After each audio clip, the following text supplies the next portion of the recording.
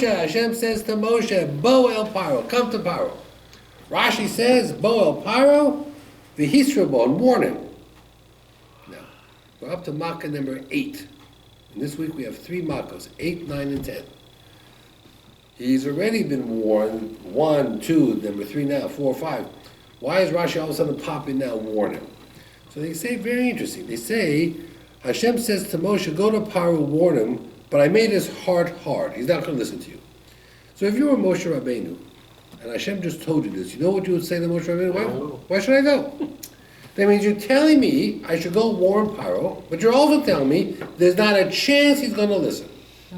You know, 100% he's not going to listen. Pointless. So why should I make the trip? Why should I go? It's a total waste of time. So that's what Rashi's trying to say. Rashi's trying to say that sometimes in life, you have to give a person a warning. Sometimes you have to say things, even though you know what you're going to say is not going to be heard. They're going to totally disregard it. But sometimes in life, you need to say it. And then it says, Ulaman tesaper, that you should be able to tell over, ba'ozne bincho be'mincho, in the ears of your children and your grandchildren. I mean, they learn from here over and over again that the purpose of the Seder night is to sit and tell the story to your children and grandchildren. There's always a question, an age-old question. A new couple's married. Whose house do they go to for the Seder? The boy's parents or the girl's parents? Many holidays you go to the girl's parents because that makes her happy. The only exception often is Pesach, because there's a mitzvah for the father to teach his children and his grandchildren. So you go to your father's house because your father has a mitzvah to teach his children. You're part of that process, that mitzvah. So it says, Lo ma'ate saper bo de bincho ben mincha. Some of the Meforshim say that Moshe's purpose in warning Paro had nothing to do with Paro. It wasn't about Paro listening. He wanted the Jews to hear what he had to say. He wanted to show to the Jews that they have to have emunah and bitachon. That Hashem is sending makot, midah keneged midah, measure for measure, schar and onesh. That means the Jewish people, they were observing what was going on. They were spectators. They were watching the show. Moshe, Paro was a show. Egypt was a show. And as the show went on and on, they were supposed to learn what it means to believe in God, pray to God, have faith in God. How successful was Moshe in this mission? Not very. If 4/5 didn't want to do Brit Milah, and 4/5 died in Makas Choshech, which is 80% of the population, it tells you that as hard as he tried, he wasn't very, very successful. Okay? So let's go a little bit further. Just skipping around a little bit. Hashem says, Moshe, bring Makas Choshech, darkness. So Rashi jumps in and says, why did Hashem send Makas Choshech? Why was there darkness? That's Rashi's question. Now what's strange is, on all the other Makkos, Rashi never asks. Rashi doesn't say, why does he send blood, or frogs, or lice? None of those. And we know the reasons. Blood, because they wouldn't let you bathe properly, and they killed the children in the Nile. Sephardeia, they kept you up at night. Kinim, because you couldn't bathe, you had lice. Choshech, they have 1,000 reasons. They made your lives dark, they made you work day and night. And there's 1,000 reasons why Choshech was midah keneged midah. Rashi doesn't ask on any other Makkah, just Choshech. Why? Why Choshech? That's what the Trumas Hadesha wants to know. Rashi gives 2 answers for Choshech. What's Choshech? Darkness. Rashi gives 2 answers for Choshech. And do you know what his answers are? Why did Hashem bring darkness to Egypt? What is Rashi's answers? Okay? You know what it is? He gives 2 answers. One answer is, so the Egyptians shouldn't see the Jews die in Makas Choshech, those who wouldn't do Brit Milah. Okay? So now, think about it. According to that answer, Makat Choshech was not a punishment to the Egyptians. It was just an inconvenience. No one suffered. It was inconvenient. And why? So it should be dark by them, so they shouldn't see what is happening to the Jewish people. Had nothing to do with the Egyptians. That's one answer. The second answer is that during Makas Choshech, the Jews went into the Egyptian homes and helped the Egyptians because they couldn't see anything. And while they were there, they checked the drawers and checked the safes. And this way, when they came later on to ask for gold, silver, and everything else, if the Egyptian said, I'm broke, I have no money, they say, yeah, really, in the bookcase over there, when we were here the last time taking care of you, we found $10,000. Again, had nothing to do with the Egyptians. It was to facilitate going out with the Chush Gadol. Had nothing to do with the Egyptians. I have a question. You said the first answer that because the Egyptians shouldn't see how The Jews were dying during Makas why they Choshech. died at that time. That's when Hashem said, do Brit Milah. Mm-hmm. Right? Remember, because you had to, in order to bring the Korban Pesach, they needed a Brit Milah. It was the same So time. it was the same time. Why? Because Hashem did not want to have the Jews do Brit Milah like Shechem, the Egyptians, they would be vulnerable. So they were in darkness. They couldn't see what's happening. Do Brit Milah. 80% said, Brit Milah, you crazy? I'm not doing any Brit Milah. I don't want to be part of this religion. So instead of doing Brit Milah, they died. Now, that's pretty crazy, You're talking about millions of people dying, which means in those 6 days, millions of Jews died, and they had to be buried. And those Jews all had children, 6 at one time. So there were thousands upon thousands of orphan children that went out with the Jewish people that were adopted by the other families. Just because they didn't want them. Just because they didn't want. And what is a sign of a Jew? The truth is, the sign of a Jew is Brit Milah. A person converts to Judaism, they bring Brit Milah, and the Korban Pesach. When we do a conversion, technically you're not 100% Jewish until you bring a Korban Pesach. Today you can't bring a Korban Pesach, so your conversion is conditional. And when the Beit HaMikdash is rebuilt, you'll bring a Korban Pesach.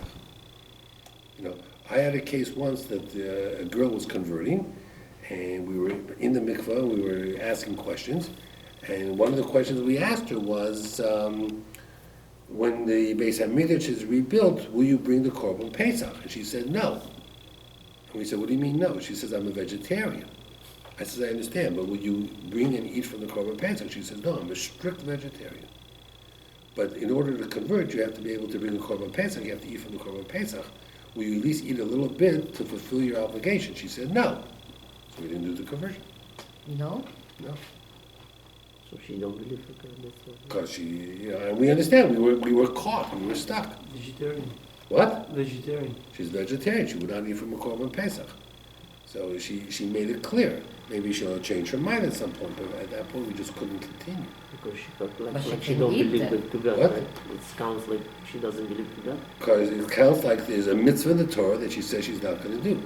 If a person says, I'll convert to Judaism, but I will not keep Shabbat, we're stuck, I'll not keep kosher, I understand that. I'm not saying that you have to eat meat. I'm saying that there will one day be a Korban Pesach. That's a sign of a Jew. It's connected to conversion. In order for the Jews in Mitzrayim to accept the Torah, they had to bring a Korban Pesach at least once. She refused. It's a strange Gemara, but it's where it connects that. So it's an interesting problem, how to deal with that problem. Now, what is the Trumas Hadeshin answer? He gives a fascinating answer.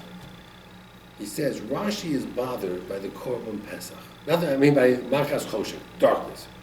He gives the reasons why. So they shouldn't see the Jews getting killed. I got that. You should see where the money is. I understood. 10 other reasons, no problem. Why is Rashi so bothered by it? So the Trumas Hadeshin says, because when Hashem brought darkness, Hashem broke one of his promises. What promise did Hashem break? The first in the Brishit, Where? What? the dark and separated dark and No. After the Day and Mabul, after the flood, Noah brought a korban. Hashem smelled the korban, and he said, I will never bring a flood again. Then Hashem writes, Od kol yemei ha'oretz, for the rest of the duration of the world, zera v'kotzer, the world will work with a certain nature. You'll plant, you'll harvest. Kar v'chom, there'll be winter, there'll be summer. Kayetz v'chorev, there'll be spring, cold weather, Yom v'layla, day and night, lo yishbosu, will never stop. So the Trumas Hadeshin says, you know what bothered Rashi? For 6 days, there was only night. Hashem said there'll always be 12 hours, day, night, day, night, day, night. All of a sudden in Egypt, he broke his promise. And he broke it in both ways. In Egypt, for the Egyptians, was 6 days of total darkness, and for Bnei Israel, it was 6 days of total light. So he says, Rashi wants to know what was so important that Hashem was willing to break his promise. He says, so the Egyptians shouldn't see what happened to the Jewish people. That's what's so important. The Brisker Rav says that Paro got angry at Moshe, said to Moshe after the darkness, get out of here! I don't want to see you again. I see you again, I'm going to kill you. So the Brisker Rav says, what was Paro trying to accomplish? Paro was a smart man. Paro said, Moshe could only bring Makot after he warns me. So if I throw him out and tell him never come back, he can't warn me. If he can't warn me, no more Makos. No. He figured it out. This Moshe has to tell me what's happening. If I send him away and he can't communicate, I'm free, I'm safe. So what happened? Hashem spoke to Moshe right then and there. He says, okay, leave Paro, but before you leave, tell him there's one more Makkah I'm going to bring, the firstborns are going to get killed. So now he was stuck, Paro. Paro was also a firstborn. The Medrash says Moshe came and smacked Paro. Why did he smack him? To embarrass him publicly. When you embarrass someone publicly, it's as if you kill them. So Paro died at that moment, so therefore he didn't die in Makas Bechoros. So Moshe saved his life. The Medrash says why? He owed him a debt of gratitude. After all, he grew up in Paro's house. He grew up in the house. Whether this Paro or the previous Paro. So Moshe felt that the least I could do is pay him a debt of gratitude. It says that during the conversation with Moshe and Paro, one time Moshe walked away. The Medrash says, you know why he walked away? Because the ministers were talking. And out of respect, because Moshe understood the language, they were talking a form of Egyptian dialogue that Moshe understood. So Moshe didn't want to eavesdrop, so he walked away. They bring down a story from the Radal. He was once arrested, and in the court, the prosecutor and the judge, they were talking in French. And the Radal walked away. And the judge says, where are you going? He says, Your Honor, I speak French. And I don't want to eavesdrop on your conversation, so I'm walking away. They didn't think he spoke French. He spoke French. So the judge says, hold on. Anybody who's that honest, that speaks French, and we don't know it, and he could overhear our conversation and walked away out of respect, is innocent, and he released him and let him go. When they asked Radal, where did he learn this, that you don't eavesdrop on people's conversations, he says, I learned it from Moshe Rabbeinu. He walked away, not to eavesdrop on the Egyptian conversation. Which is interesting, because Mordechai overheard Bigson and Sarah plotting to kill the king, and they were speaking their Turkish language, and Mordechai understood Turkish language. And what did he do? Did he walk away? No. He listened and told Esther, who told Achashverosh, and they were executed. So I guess sometimes it pays to stick around and hear the conversation, but most of the time, if someone is talking in a language that you're not supposed to understand, you're supposed to walk away. Okay? But Gabriel and Malach brought Mordechai to that conversation. And that's why maybe he stayed, because it was through an angel. Through an angel. And the second case was Gabriel and Malach, when Haman's sons erased Mordechai's Right, deeds. and Gabriel came over and rewrote it. That's correct. So there are reasons. My parents, when they wanted to talk without us understanding, they spoke German. Not Yiddish. My parents spoke Yiddish, but my mother was born in Vienna. So my mother spoke actual German, Hochdeutsch.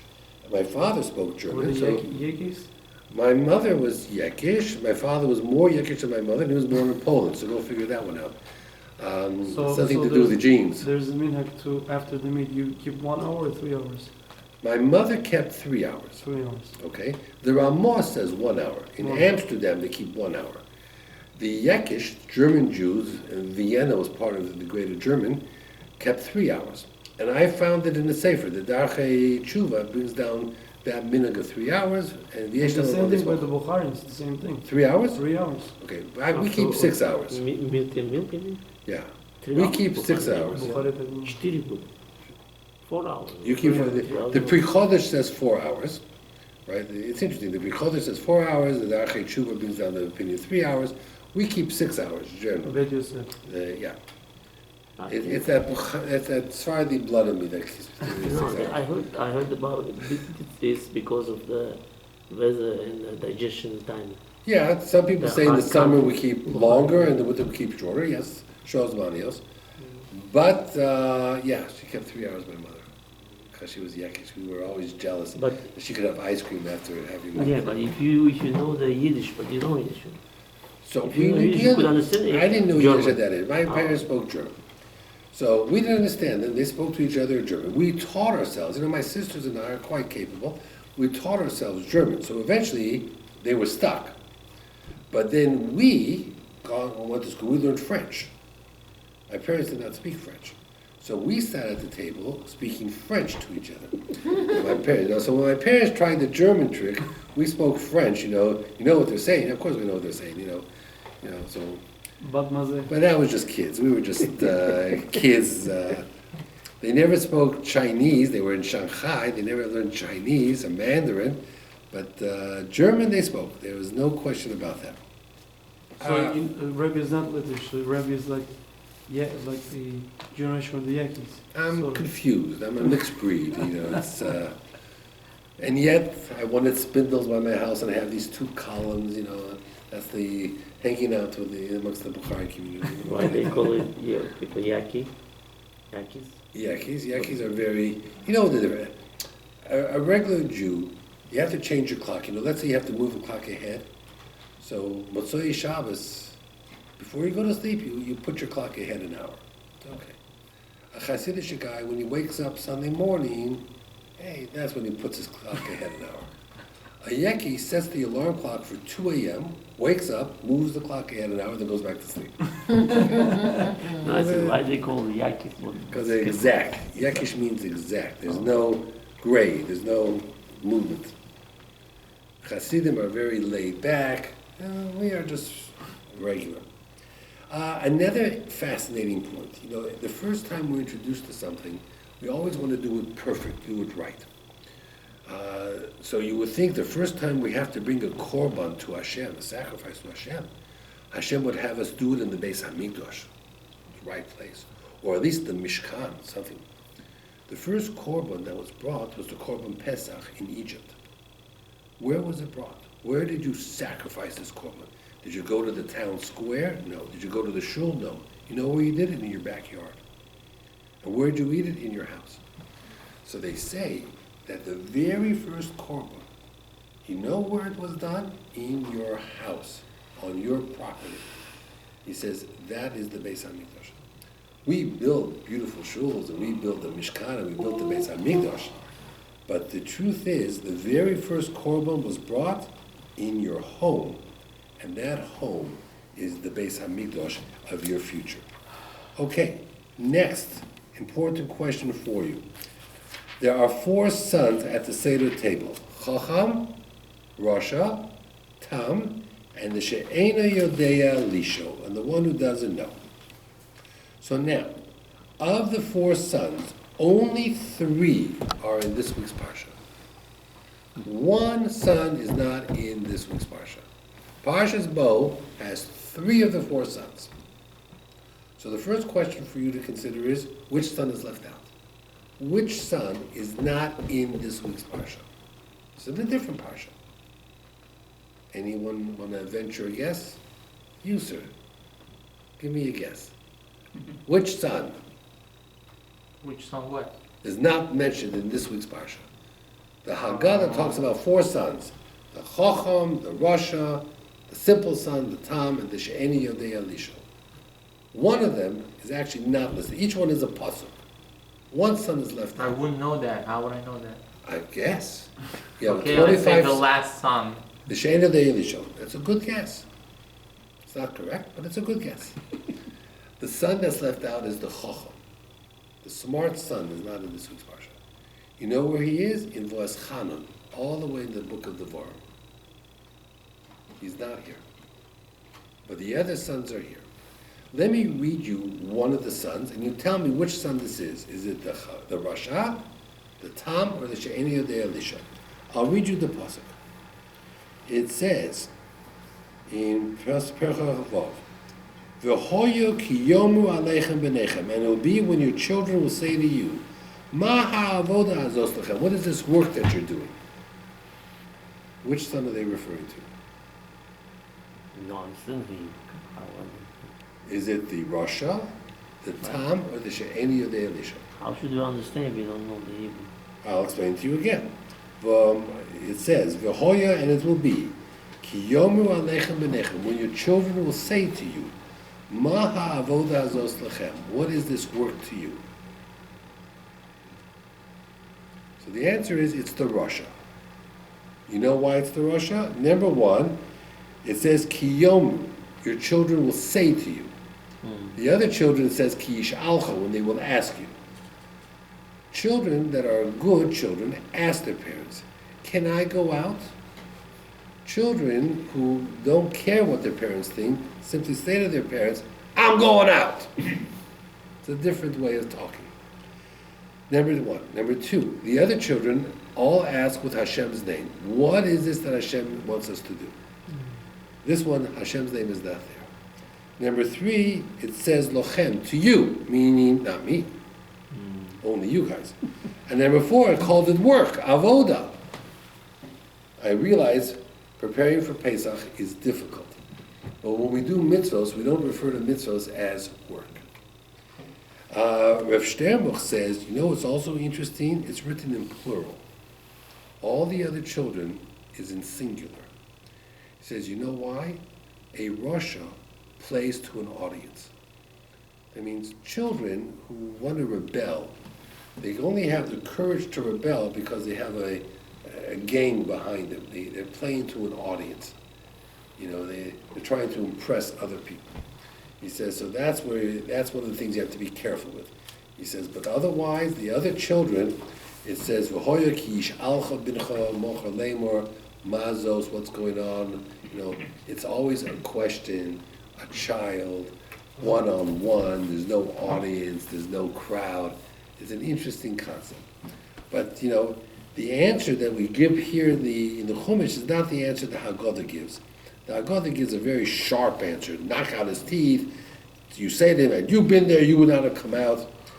Here, the Torah is much more delicate. V'amartim, you say to your son, you explain to him, Zevach Pesach hu Hashem. It's a sacrifice for Pesach to God. Asher posach abote b'nei Yisrael b'Mitzrayim. He passed over our houses. We didn't die, the firstborns. B'nochfu is Mitzrayim, when the Egyptians were hit with the plague of Machas Bechoros, as Botenu Hitzil, our houses were saved. And they all bow, and we thank God for that. So the answer that you give the Rasha is a very interesting answer, different than the Haggadah. The Haggadah is a real sharp answer. The Torah says, hold on here. I understand he's lost a little bit, but screaming at him is not going to bring him home. Explain to him, we have a purpose. We do everything for a reason. We're thankful to Hashem because he saved our lives. We have a reason. Maybe he'll accept the reason. Maybe he won't. But at least you try. It's interesting. 3 makos is in this week's parsha.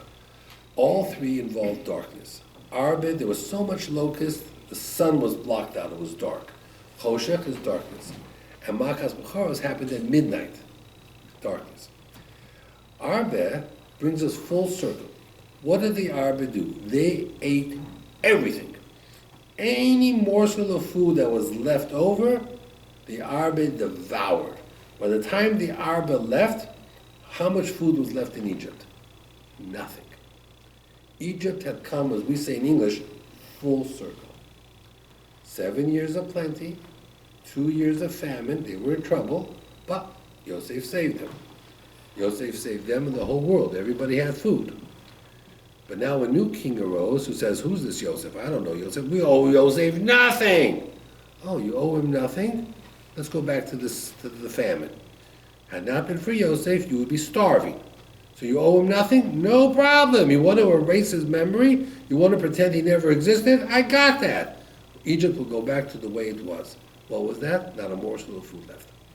So when Makas Arba came, it was literally taking Egypt full circle, going right back to the very, very beginning.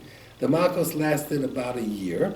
The first Makkah, Dam, actually began in Chodesh Av, and there was one Makkah for every month, except for Nisan. Nisan had two Makkos, Choshech, and right after Choshech came Makas Bechoros. So they really happened one before the other, but otherwise there was one Makkah every month. Each Makkah lasted about a week. So Paro had a week of suffering, and he had 3 weeks to recovery. And not only he, but the Egyptians. And he used that 3 weeks of recovery to negate the existence of Hashem and pretend that Hashem didn't exist, but it was a constant cycle. This is for you. You ready? The Vilna Gaon. Let me see if I can find the pasuk. Perek Yud Aleph. Perek Yud Aleph. And it is pasuk Tes. Here we go. Listen to this pasuk. Someone once asked the Vilna Gaon,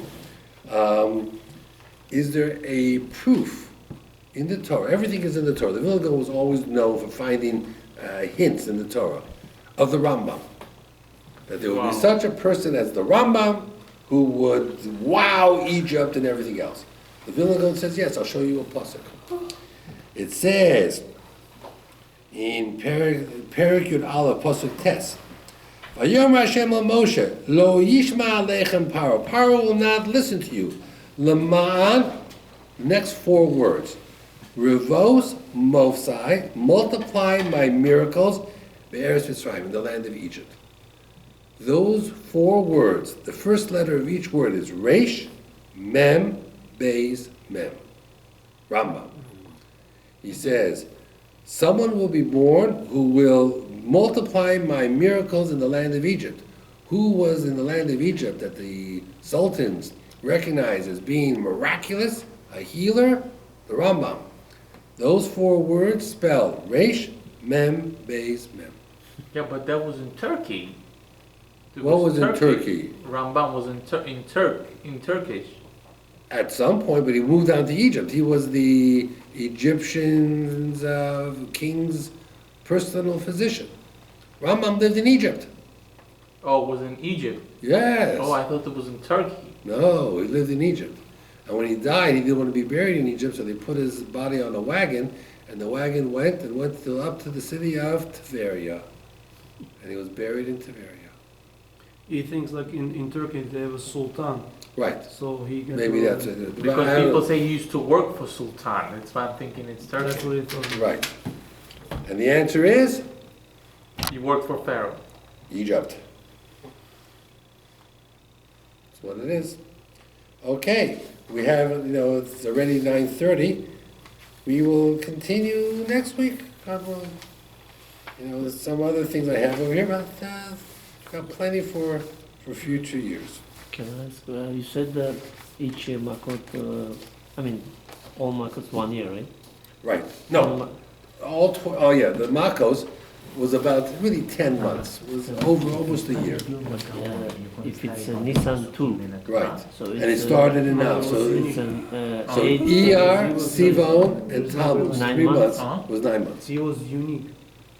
Yeah. Completely 9 months there was the Makos. So It started in Rosh Chodesh Av. He has his book. Yes, Rabbi Chaim Okay. Volozhin. Okay, thank you.